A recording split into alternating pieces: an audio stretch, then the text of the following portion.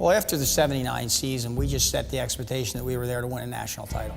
I mean, that was our total goal every year. We fell short in '80. But the other thing that we did a big job is we would talk a lot about, because a lot of transfers were a huge part of our success. And we talk a lot about, with transfers were coming from Division I, we just said that the NCAA Division III was their qualifier for Division I. I mean, we tried to even play down Division III a little bit as it went on.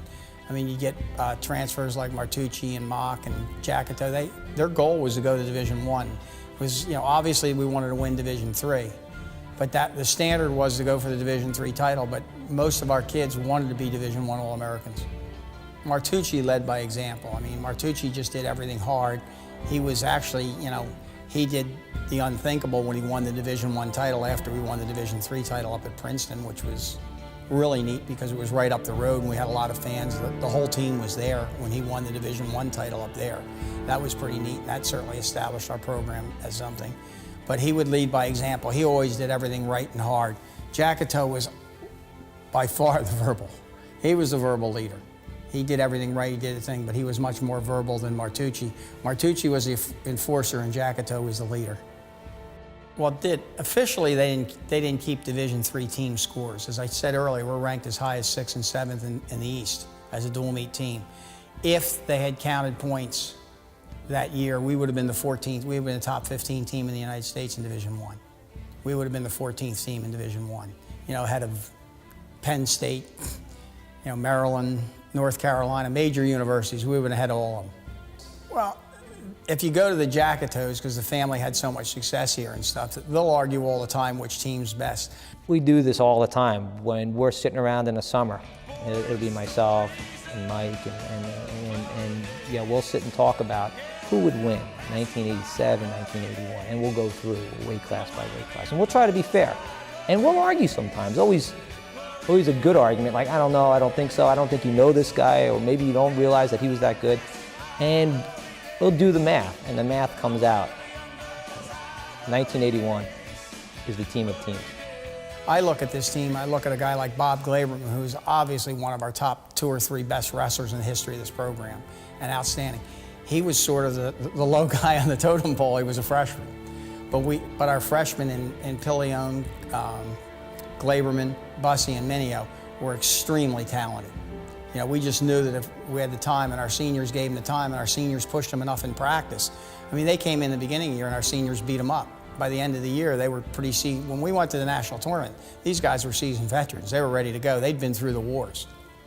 But it was a great blend, and it made for the future. I mean, 3 years later, that team dominated the national tournament. When those guys were senior, they dominated again.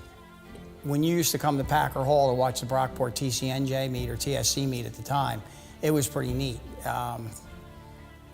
Some people won't like this and might want to edit it, but we had a neat setup. The drinking age was 18 back then. And the kids came to the meet, and as they left the meet, they got a cup, and that gave them quarter beers for the afternoon. And you couldn't even move in Packer Hall. You couldn't move 1 inch. The place was packed and the place went nuts. And it was just a great setup when we wrestled Brockport. And the same thing when we went up there. It was fun. I mean, it was as big a rivalry as you could get anywhere at the time. Well, we felt good because we knew we had power.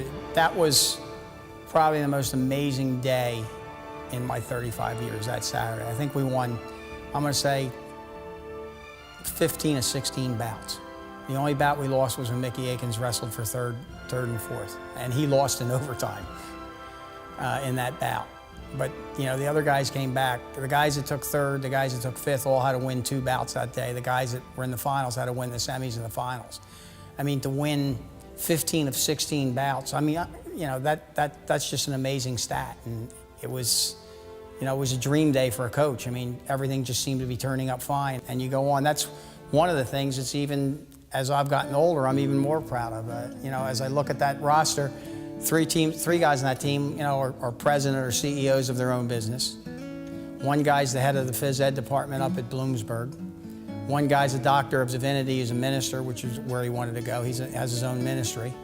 Another guy is a pretty one of the most world famous dog trainers. I've been to Ringling Brothers and watched him perform, and he's performed all over the world.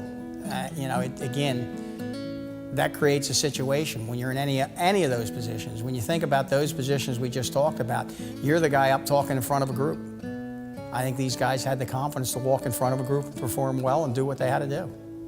And hopefully Russell helped them with it. And I'm very proud of the success they've had after they got out of college. And I hope that we had something to do with it here in the room.